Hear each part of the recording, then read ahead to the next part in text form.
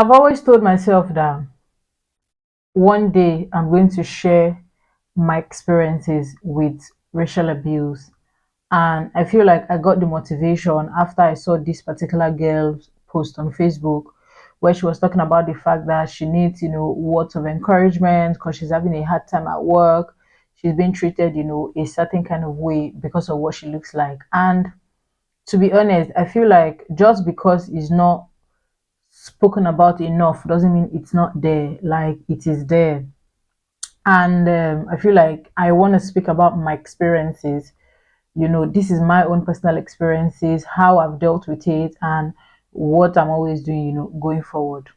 In case I cough, is because I have a very bad cough, and it is what it is. Yeah.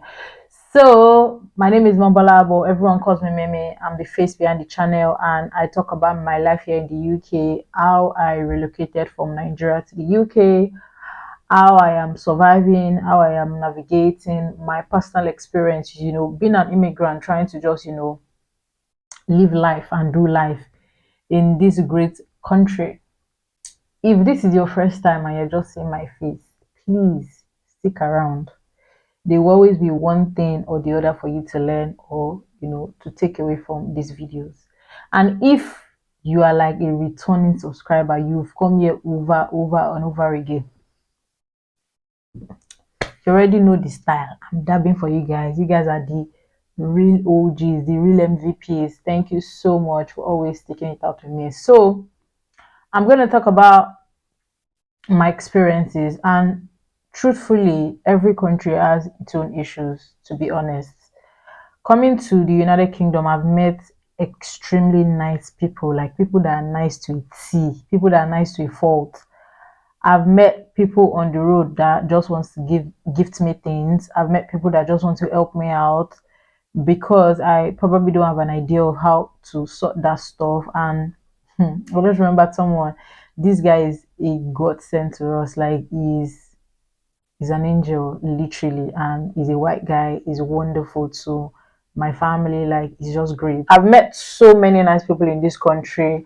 I've come across a lot of awesome human beings since I relocated to the UK, and they're also the not so nice ones. And to be honest, racial abuse is something that if you don't deal with it, like deal with it really well, it could send you spiraling into places where you don't even want to go. It's something that you have to get through it, you have to go through it. Like honestly, you just have to understand that you always come out better on the other side. It's not a fun place to be, it's not a good place to be, but it is what it is.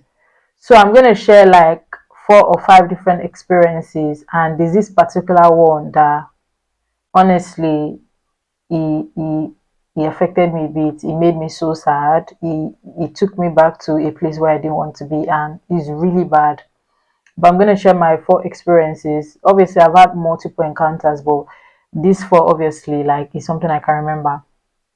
And just for context, like racial abuse is almost in your everyday life. It's just how you pay attention to it. There's microaggression at work. It is there. You're speaking to someone, and because they want to dampen you or bring you down, they tell you, oh, I feel like you're raising your voice, or your voice is a certain way. Hello, I'm a black woman, my voice is loud. It doesn't mean I'm fighting you or anything like that. Like I want to explain myself. Oh, you're being confrontational. No, I'm speaking, allow me speak.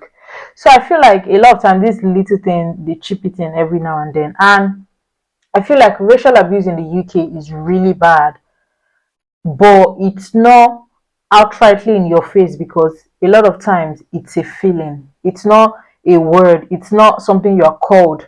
It's not, oh, I don't like you because you're black. I don't like you because you've got black hair. No, it's a feeling. This person is treating you differently because of what you have, but you've not got any tangible, like, I don't know how to explain it. It's there. You don't have any tangible thing to hold on to, like this is what they say, but and they know it. And see, if you don't treat it properly, it can confuse you. It can, like, it can mess you up, to be honest, because you can tend to think maybe it's because something is wrong with you, or maybe, oh, I'm just being extra. You're not being extra, my darling. You're not. Yes, you're not being extra. So like that.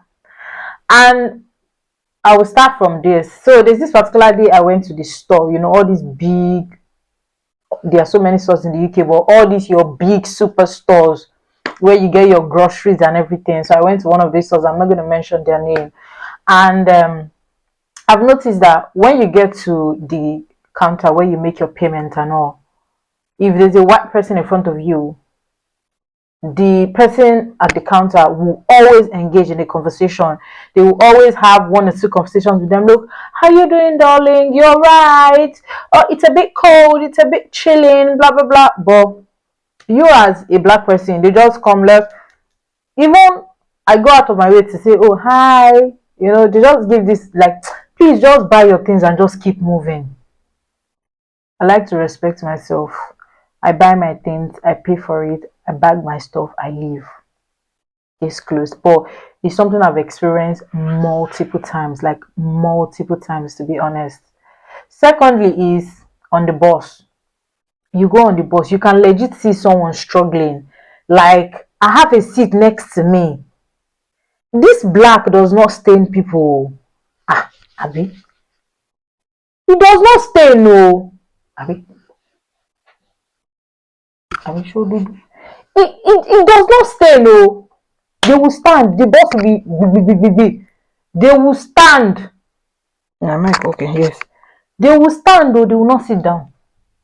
There was this particular bus I took. I think bus 100 or thereabout. For contest, I live in Manchester.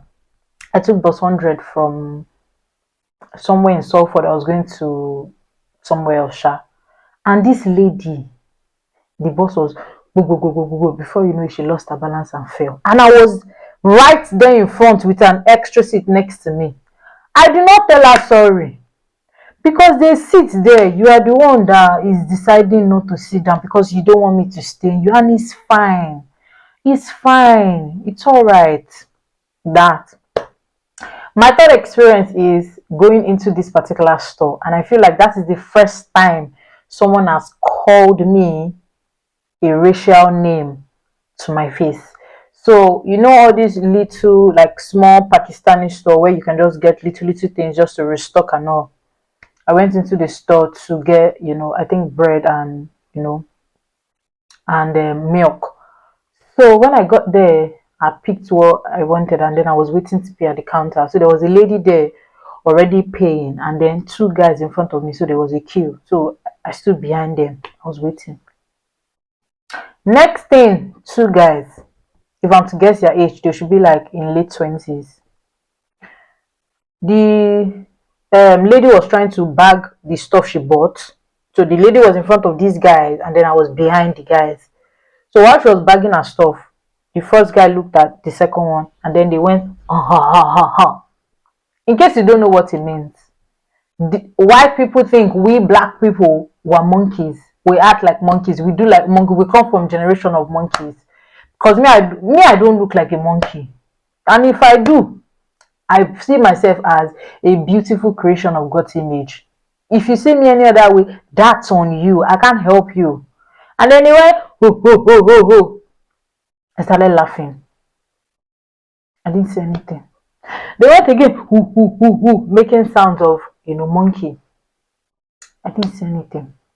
When the lady left that was bagging her item, they moved forward.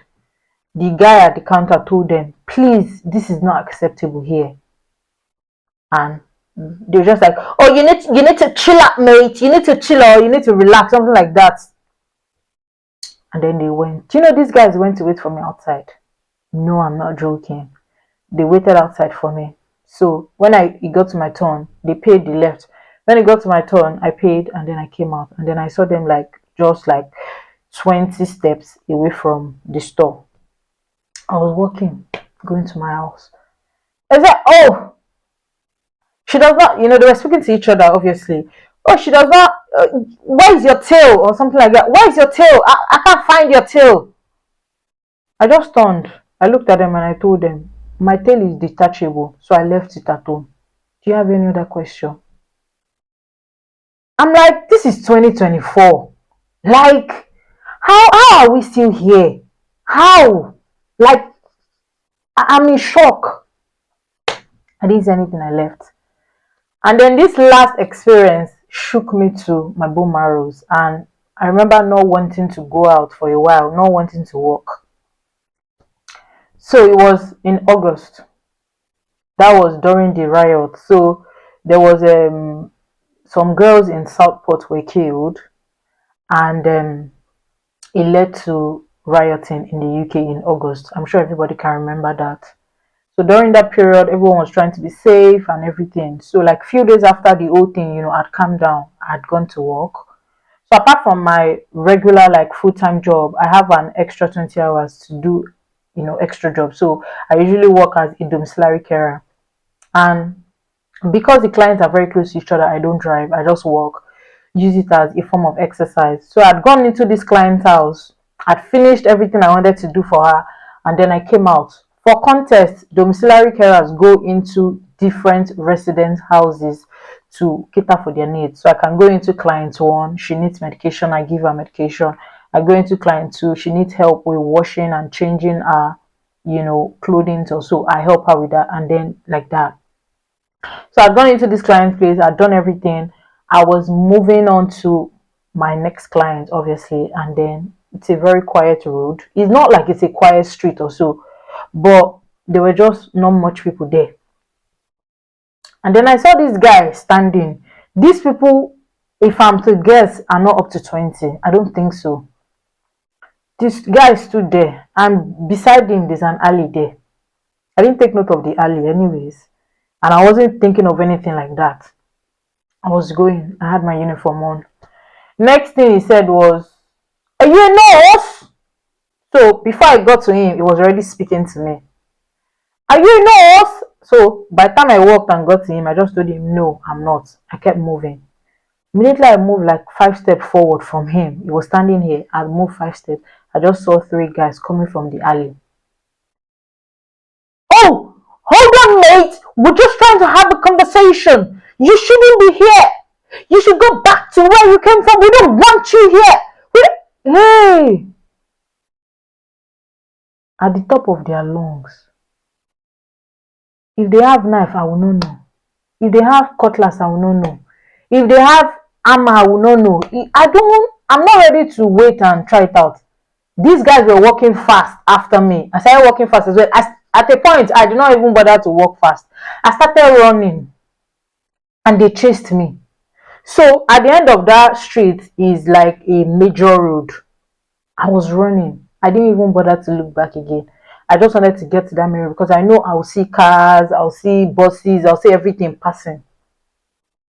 By the time I got there, I looked back. I saw that they had stopped. I sat down there to catch my breath, and I started crying. I'm like, how is this happening to me? How? Like how? How am I being chased for the color of my skin? How? To be honest, I chatted up my employer and I reported it, and she told me, "You know what, if you're not comfortable or stuff like that, just," and I did one other, black employees as well, like, you need to be careful around this area and all. But I didn't go out for like a couple of days because I was so scared. It's not a good feeling. Like, the last thing I want to do is to live in fear. It's like I had to keep encouraging and telling myself, like my husband kept telling me, "You cannot allow anybody take charge or have that kind of leverage over you. You cannot. You go out every day and you show up strong." Because the moment you allow them dampen your self-esteem or who you are as a person, they've done more damage than they can ever imagine. And it's just like, it's out there. There's microaggression in your place of work. There's pure eating like racism to your face. There's racial abuse to you, almost even on your everyday life kind of scenario.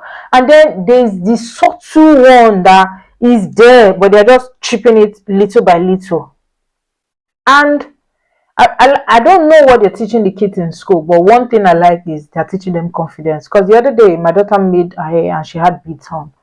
And she was going out, and the lady was like, "Oh, I like your hair, it's so pretty." I don't know, maybe it's coming from a place of confusion or a place of just genuinely like surprised. And she touched her hair, and my daughter, like, she does not even like it at all. And she told her, she just did that, like, "Don't pet me, I'm not a dog." My daughter is 6. "Don't pet me, I'm not a dog." The lady, like, literally had her jaws in her hand. She didn't believe it. So when we go home, I was asking her, like, "Oh, Alexis, why did you say that?" She's like, she was touching me the way we used to talk Gigi. Gigi is the name of our dog back home in Nigeria. She was touching me, and like the way we used to talk Gigi, I didn't like it. I said sorry. It happens. It's out there. At the end of the day, you can only pray. Like, you can only do your bit. Everything I have, everything I've done, everything I've gotten from this country, I've earned it. God has given me the grace. God has put me here because I deserve to be here, not because it's been handed over to me. No. So I'm not going to allow anybody to take that kind of energy. And to you out there that is going through maybe whatever at work or so, remember the major reason, like the main reason why you relocated here. And that reason is not to allow anybody bully you or put you down. It's to stand up high. On the other side, I promise you, you'll come out stronger. I hope my experience will lighten up someone's day and make whoever needs to feel better. So I come your way, guys. Take care. Bye.